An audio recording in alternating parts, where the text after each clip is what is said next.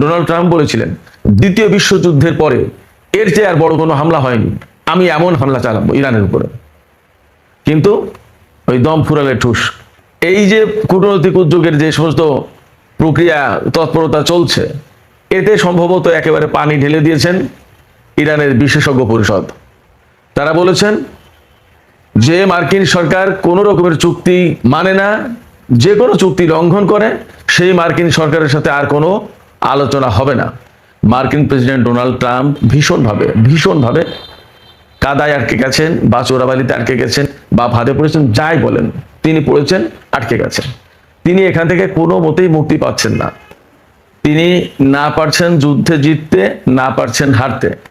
কি এক ভয়ঙ্কর সংকটে তিনি এখন হুমকি দিচ্ছেন, ইরান যদি চুক্তি না করে তাহলে ইরানের নেতাদেরকে শিরোচ্ছেদ করা হবে। তিনি যে হুমকি দিচ্ছেন সেই হুমকি তিনি বাস্তবায়ন করতে পারবেন? আজকেই গণমাধ্যমে খবর আছে তিনি বহুবার হুমকি দিয়েছেন এবং সেই সমস্ত হুমকি থেকে কিভাবে পিছিয়ে গেছেন। এপাশে ইরান এবং আমেরিকার মধ্যে যখন প্রচন্ড রকমের অচল অবস্থা, তখন কিন্তু আঞ্চলিক যে সমস্ত দেশ যারা বিভিন্ন সময় কূটনৈতিক উদ্যোগ নিয়েছে তারা একেবারে থেমে নেই। গত রাতে পাকিস্তানের পররাষ্ট্রমন্ত্রী সাইদার ইরানের পররাষ্ট্রমন্ত্রী সাইদ আব্বাস আরাকচিকে পাকিস্তান সফরে দাওয়াত দিয়েছেন। আর পাকিস্তানের জাতীয় সংসদের স্পিকার আয়াজ সাদিক ইরানের জাতীয় সংসদের স্পিকার মোহাম্মদ বাকের কলিবাবকে পাকিস্তান সফরে দাওয়াত দিয়েছেন। তার মানে ইরানের প্রধান দুই আলোচক, তাদের দুইজনকেই পাকিস্তানের পক্ষ থেকে দাওয়াত দেওয়া হয়েছে এবং বলা হয়েছে যত তাড়াতাড়ি সম্ভব আপনারা একটু আসেন। এই যে কূটনৈতিক উদ্যোগের যে সমস্ত প্রক্রিয়া তৎপরতা চলছে, এতে সম্ভবত একেবারে পানি ঢেলে দিয়েছেন ইরানের বিশেষজ্ঞ পরিষদ। তারা বলেছেন যে মার্কিন সরকার কোনো রকমের চুক্তি মানে না, যে কোনো চুক্তি লঙ্ঘন করে সেই মার্কিন সরকারের সাথে আর কোনো আলোচনা হবে না। বিশেষজ্ঞ পরিষদ হচ্ছে ইরানের সর্বোচ্চ পরিষদ, যারা বিভিন্ন বিষয়ে নীতি নির্ধারণ করে থাকেন। এটা খুবই গুরুত্বপূর্ণ একটা পরিষদ এবং তারা এও বলেছেন ইরানের সমস্ত কর্মকর্তাকে সর্বোচ্চ নেতা সাইদ মুজতবা খামেনির দিক নির্দেশনা মতো কাজ করতে হবে, এর বাইরে যাওয়ার কোনো সুযোগ নেই। তিনি যা বলবেন, যেভাবে দিক নির্দেশনা দেবেন সেইভাবেই যেন সবাই কাজ করেন। তার মানে সম্ভবত আমেরিকার সাথে ইরান আর আলোচনায় বসছে না, যদি নীতিগত কোনো পরিবর্তন না আসে। এপাশে মার্কিন প্রেসিডেন্ট ডোনাল্ড ট্রাম্প নিজেই স্বীকার করেছেন তেলের সংকটের কারণে আমেরিকার বিভিন্ন তেল কোম্পানি বেশি দামে তেল বিক্রি করছে এবং তারা প্রচুর পরিমাণে লাভ করছে। এজন্য তিনি বিভিন্ন কোম্পানির উপরে ভীষণভাবে ক্ষিপ্ত হয়েছেন। তিনি কোনো কোনো কোম্পানির প্রধানকে গালমন্দ করেছেন। এ পাশে সবচেয়ে মজার খবর হচ্ছে, খবরটি ছড়িয়ে পড়েছে সামাজিক মাধ্যমে, মেইন স্ট্রিম গণমাধ্যমে আসেনি। আমি জানি না আসলে কি হচ্ছে, বাট খবরটি এইরকম যে বাহরাইনে মার্কিন যে সামরিক ঘাঁটি আছে তাতে নাকি বাহরাইনের জনগণ যারা এই যুদ্ধের বিপক্ষে, তারা সেই ঘাঁটিতে হামলা চালিয়েছে। এই খবরের সত্য মিথ্যা এখনো নিরপেক্ষভাবে যাচাই করা যায়নি, কিন্তু সামাজিক মাধ্যমে এই খবর ছড়িয়ে পড়েছে। বাট বাস্তবতা কি? বাস্তবতা কিন্তু এর চেয়ে আরো কয়েক ধাপ এগিয়ে সম্ভবত। এই বাস্তবতাটা কি আমি আপনাদেরকে এটা নিয়ে বিস্তারিত আলোচনা করার চেষ্টা করব।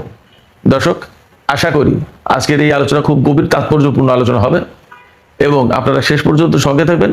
নিশ্চয়ই আলোচনা ভালো লাগবে। আর যদি আলোচনা ভালো লাগে তাহলে লাইক, কমেন্ট, শেয়ার করবেন এবং চ্যানেলটি সাবস্ক্রাইব করে সাথেই থাকবেন। দর্শক, চলুন আমরা বিস্তারিত আলোচনা করি। প্রথমেই যে কথা বলছিলাম, মার্কিন প্রেসিডেন্ট ডোনাল্ড ট্রাম্প ভীষণভাবে কাদায় আটকে গেছেন বা চোরাবালিতে আটকে গেছেন বা গেড়াকলে পড়েছেন বা ফাঁদে পড়েছেন, যাই বলেন, তিনি পড়েছেন, আটকে গেছেন। তিনি এখান থেকে কোনো মতেই মুক্তি পাচ্ছেন না। কেন মুক্তি পাচ্ছেন না? তিনি তো মার্কিন প্রেসিডেন্ট। তারা দাবি করে বা বিশ্বের বহু মানুষ এইভাবেই মনে করে যে আমেরিকা তো বিশ্বের 1 নম্বর পরাশক্তি। সেই পরাশক্তির প্রেসিডেন্ট যখন ইরানের মতো একটা নিষেধাজ্ঞা কবলিত দেশের বিরুদ্ধে যুদ্ধ করতে এসেছে এবং দফায় দফায় মার খাচ্ছে, তাদের বহু সেনার কফিন আমেরিকায় পৌঁছেছে, পেন্টাগনের শিকার মতে প্রায় 700 আহত হয়েছে এবং মার্কিন ঘাঁটিগুলো যখন মধ্যপ্রাচ্যে প্রায় সব তছনছ হয়ে গেছে, সিআইএ এর ঘাঁটিগুলো, গোপন ঘাঁটি যেগুলো কেউ জানে না, এটা দূতাবাস নাকি এটা সিআইএ এর ঘাঁটি, এটা কেউ জানে না, এইরকম জায়গায় একদম চিহ্নিত করে করে ইরান যখন হামলা চালাচ্ছে, তখন মার্কিন প্রেসিডেন্ট ডোনাল্ড ট্রাম্প মহা ফাঁপড়ে পড়ে গেছেন, মহা ফাঁদে পড়ে গেছেন। তার এখান থেকে বেরিয়ে আসার কোনো পথ পাচ্ছে না তিনি। একবার বলছেন ইরানের উপরে ভয়াবহ হামলা হবে, এই তো গত 3 দিন আগে যে হামলার হুমকিটা উনি দিয়েছিলেন, সেটা কি বলেছিলেন জানেন? ডোনাল্ড ট্রাম্প বলেছিলেন, দ্বিতীয় বিশ্বযুদ্ধের পরে এর যে আর বড় কোনো হামলা হয়নি, আমি এমন হামলা চালাবো ইরানের উপরে। কিন্তু ওই দম ফুরালে ঠুস, এরকম একটা অবস্থা হয়ে গেছে। তিনি নিজেই হুমকি দিচ্ছেন, নিজেই চুক্তির কল্পনা করছেন, নিজেই বলছেন আলোচনা চলছে, এবং নিজেই আবার ইরানকে গালিগালাজ করছে যে এরা বিশ্বাসঘাতক, এরা দ্বিমুখী, এরা কথা রাখে না, এরা একবার এক কথা বলে আর একবার আর এক কথা বলে, নানান রকমের কথা। অথচ ইরান কিন্তু বলেই যাচ্ছে আমেরিকার সাথে আমাদের কোনো আলোচনা চলছে না। মার্কিন সাংবাদিকরা তাকে জিজ্ঞেস করেছেন ডোনাল্ড ট্রাম্পকে যে আপনি যে আলোচনার কথা বলছেন, কই? ইরান তো বলছেন যে না। তখন ডোনাল্ড ট্রাম্প বলছেন, না, এটা একটা খুব কল্পনার বাইরের জিনিস, এটা তোমরা বুঝবা না, একটা আলোচনা হচ্ছে ভিতরে ভিতরে। এবং তিনি তো একদম নিশ্চিত বলেছিলেন, সোমবারের কথা তিনি বলেছিলেন যে আজকেই আলোচনায় বসে এবং একটা চুক্তি হবে। এবং তিনি খুব ইগারলি ওয়েট করছেন, প্রচন্ড আগ্রহ নিয়ে অপেক্ষা করছেন একটা চুক্তি। ইরানের বক্তব্য কি? ইরান অনেকবার তার সাথে চুক্তি করেছে এবং অনেক আলোচনায় বসেছে, প্রত্যেকবার রেজাল্ট হয়েছে কি? আলোচনায় বসার পর একটা পর্যায়ে যখন যায়, তখন আমেরিকা হামলা চালায়। এই হামলা ইরানের জন্য যেমন বিব্রতকর, কষ্টদায়ক, তেমনি অপমানজনক। আমি সবসময় বলি, ইরানিরা অত্যন্ত নিজেদের আত্মসম্মান বোধের ব্যাপারে খুব সচেতন। এই আত্মসম্মান বোধে তাদের লাগে যে আমাদের সাথে আলোচনায় বসে আবার আমাদের উপর হামলা করলো, আমাদের সাথে চুক্তি করে সেই চুক্তি ভেঙে ফেললো। এরপরেও নিজেদের দেশের মানুষ, আঞ্চলিক দেশগুলো এবং বিশ্ববাসীকে বিভিন্ন সময় বোঝানোর প্রয়োজন ছিল যে আমরা যুদ্ধ করতে চাই, আমরা চুক্তি করতে চাই, আমরা শান্তি চাই। এই জন্য বিভিন্ন সময় আমেরিকার সাথে আলোচনায় বসেছে, চুক্তি করেছে। এবং এখন ইরানকে কেউ দোষারোপ করতে পারবে না যে ইরান আলোচনায় বসতে চায়নি, চুক্তি করতে চায়নি, ইরানের কারণে এই যুদ্ধটা হলো। এই কথা কেউ বলতে পারবে না, ইরানের বিরুদ্ধে কেউ ইরানকে দোষী করতে পারবে না। তো সমস্ত গুটি যখন ডোনাল্ড ট্রাম্পের শেষ, তিনি তো অতি চালাক মানুষ, নিজেকে এইভাবেই ভাবেন। সেই জন্য এক এক সময় এক এক কাজ করেছেন। কখনো আলোচনা, কখনো আলোচনার নামে ধোঁকা, কখনো আলোচনার নামে ইরানের উপর হামলা, কখনো চুক্তি, কখনো সেই চুক্তির নামে নিজেদেরকে একটু গুছিয়ে নিয়ে আবার ভেঙে ফেলা, আবার হামলা, এই সমস্ত সবকিছু করেছেন। কিন্তু বাস্তবতা হচ্ছে কি, বাংলা একটা প্রবাদ আছে যে 16 চোঙার বুদ্ধি এক চোঙায় যখন ঢুকে যায়, তখন আর কোনো কাজ করে না। অর্থাৎ আপনি যখন চালাকি করবেন, করতে করতে কত দূর দৌড়াবেন, একটা পর্যায়ে কিন্তু আপনাকে ধরা পড়তেই হবে। চালাকির ভাত নেই, এবং অতি চালাকের গলায় দড়ি, একটা কথা আছে। সমস্ত সবকিছু মিলে ইরানকে বারবার অপমান করার চেষ্টা করেছে, ধোঁকা দেওয়ার চেষ্টা করেছে, এবং ইরানকে বিব্রত করার একটা পরিস্থিতি ফেলে তার উপর যুদ্ধ চাপিয়ে দিয়ে তাদের বৈধ সরকারকে ক্ষমতাচ্যুত করার চেষ্টা করেছে, বৈধ অধিকারকে ধ্বংস করে দেওয়ার চেষ্টা করেছে। এই সমস্ত কারণে ইরান এখন আর আলোচনায় যাবে বলে মনে হয় না। বাকের কলিবফ বা আব্বাস আরাকচি বা অন্য কেউ আলোচনায় যেতে চাইলেও ইরানের সর্বোচ্চ নেতার পক্ষ থেকে এবং বিশেষজ্ঞ পরিষদের পক্ষ থেকে যে বক্তব্য আসলো, এই বক্তব্যের পর আর আলোচনা হবে না। তাহলে কি? এখানে প্রশ্ন আসে, তাহলে কি করবে? এই জায়গাটাই সিদ্ধান্ত নেওয়ার প্রশ্ন আমেরিকার। ডোনাল্ড ট্রাম্প মুশকিলে পড়েছেন কোথায়? ডোনাল্ড ট্রাম্প মুশকিল পড়েছেন এখানে যে তিনি না পারছেন ইরানের বিরুদ্ধে ভয়াবহ যুদ্ধ চালাতে, আর না পারছেন যে ঠিক আছে, দেখ যা হয়েছে হয়েছে, তুই থাক, আমি চলে গেলাম। এইটা করা মানেই পরাজয় মেনে নেওয়া। আর প্রচন্ড রকমের হামলা চালাতে গেলে তার হাতে সেই কলকবজা, সেই মেকানিজম, সেই ব্যবস্থা নেই। যার কারণেই তিনি এখন খুঁজছেন যে অপ্রচলিত পথে কিভাবে ইরানকে প্রচন্ড রকমের শাস্তি দেওয়া যায়। এর ভিতরে স্থল অবরোধের বিষয়টা খুব গুরুত্ব সহকারে ভাবা হচ্ছে, কিন্তু কোনো লাভ হবে না।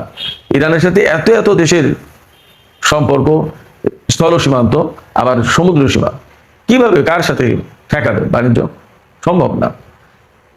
ইরানের বিরুদ্ধে পরমাণু বোমা হামলা চালাবে, সেটা এই বাস্তবতায় মনে হয় সম্ভব না। এবং তার পাল্টা জবাব কি হবে সেটাও প্রশ্ন।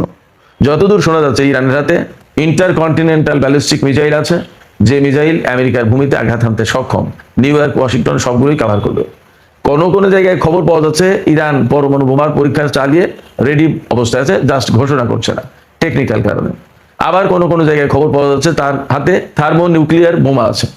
ইরানিদের মুখ থেকে আমি ব্যক্তিগতভাবে শুনেছি, তাদের হাতে এমন ক্ষেপণাস্ত্র আছে যে ক্ষেপণাস্ত্র মারলে 1-2 মিনিটের ভিতরে পুরো একটা শহরের টোটাল ইলেকট্রনিক ডিভাইস নষ্ট হয়ে যাবে। এবং ইরান তো তার সক্ষমতা দেখিয়েছে। কোথায় দেখিয়েছে? আমার আপনার জোর করার কোনো ব্যাপার নেই। দেখিয়েছে কোথায়? এই মধ্যপ্রাচ্যে। ইরাকের অনেক জায়গা থেকে মার্কিন সেনাদেরকে সরিয়ে নিতে হয়েছে, মার্কিন সিআইএ ঘাঁটিয়ে সরিয়ে নিতে হয়েছে। আপনারা কল্পনা করেন, সেন্টকমের হেডকোয়ার্টার ছিল কাতারে, সেই কাতার থেকে হেডকোয়ার্টার সরিয়ে জর্দানে নিতে হয়েছে। কুয়েত থেকে, বাহরাইন থেকে, সংযুক্ত আরব আমিরাত থেকে, সংযুক্ত আরব আমিরাত থেকে কতদূর আমি জানি না, কাতার থেকে, এইসব জায়গা থেকে সেনা সরিয়ে নিতে হয়েছে। কোথায় নিয়েছিল? প্রথমে নিয়েছিল জর্দানে। জর্দানে এমন প্রচন্ড মার দিয়েছে ইরান, সেখান থেকে এখন নিয়েছে ইসরায়েলে।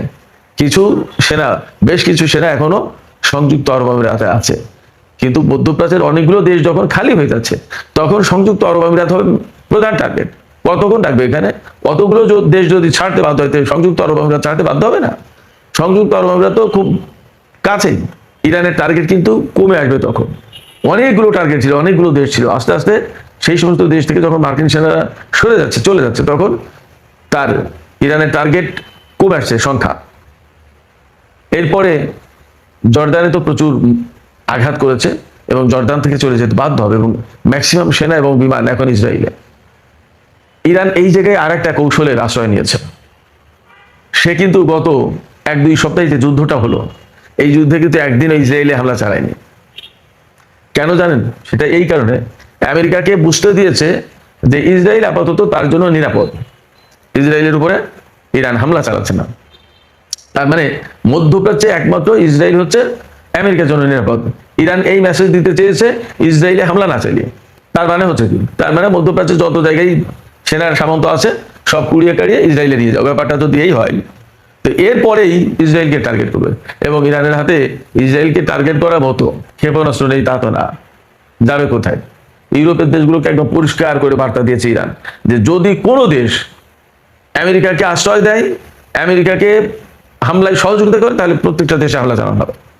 এবং এই জায়গা থেকে যেহেতু ইরানের পাশে রাশিয়া এবং চীনের সমর্থন আছে, এবং ইউরোপের দেশগুলোকে এই মুহূর্তে ইউক্রেনকে নিয়ে কিছুটা ব্যস্ত থাকতে হচ্ছে, সেক্ষেত্রে যদি তারা ইরানের সাথে যুদ্ধে জড়িয়ে পড়ে, তাহলে তৃতীয় বিশ্বযুদ্ধ অনিবার্য হয়ে উঠতে পারে। এই তৃতীয় বিশ্বযুদ্ধের ঝুঁকি তারা নেবে কিনা সেটা একটা ভাববার বিষয়। এই কারণে ইউরোপের দেশগুলো আমেরিকার সাথে সরাসরি যুদ্ধে জড়াতে চাইছে না, যুক্ত হচ্ছে না।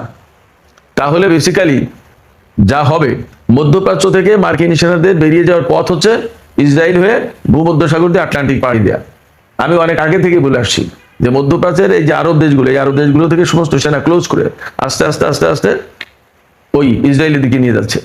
ওখানে এমন ব্যাপক হামলা চালাবে ইরান এক সময়, ওখান থেকে তখন জাহাজে করে পাড়ি দিতে বাধ্য হবে বা বিমানে করে চলে যেতে বাধ্য হবে। ইসরায়েলের সাথেই তো ভূমধ্যসাগর, তাদের পথ নেই। আমি এটা কোনো আবেগ নির্ভর কথা বলছি না, বাস্তবতা। 2-3 দিন আগে আমি একটা খবর দিয়েছিলাম, আপনাদের নিশ্চয় মনে থাকার কথা, যে ইউরোপের যে মার্কিন কমান্ড, অর্থাৎ বিশ্বের বিভিন্ন জায়গায় সেন্ট্রাল কমান্ড, সেন্টকম, তারপরে প্যাসিফিক কমান্ড আছে, বিভিন্ন কমান্ড আছে, কিন্তু তাদের এক একটা কমান্ডের আওতায় এক একটা অঞ্চল। তাই ইউরোপীয় কমান্ড যেটা, সেই কমান্ডের কমান্ডার জেনারেল অ্যালেক্সাস, তিনি বলেছেন যে ইসরায়েলকে প্রোটেকশন দেওয়ার মতো ক্ষমতা এখন ইউরোপীয় কমান্ডার নেই। হয় আমেরিকাকে প্রোটেকশন দিতে হবে, না হয় ইসরায়েলকে, যে কোনো একটাকে, দুটোকে একসাথে পারবে না তারা। তাদের হাতে সেই রকমের সরঞ্জাম, যুদ্ধাস্ত্র, জাহাজ ডেস্ট্রয়ার নেই। তার মানে কি? আমেরিকা কি অনেক বেশি জাহাজ এই পাশে নিয়ে এসেছে, নাকি আমেরিকার অনেক জাহাজ ক্ষতিগ্রস্ত হয়েছে? ব্যাপারটা কি? হঠাৎ করে ডেস্ট্রয়ারের সংকট পড়লো কেন ইউরোপীয় কমান্ডে? সেটা কিন্তু একটা প্রশ্ন।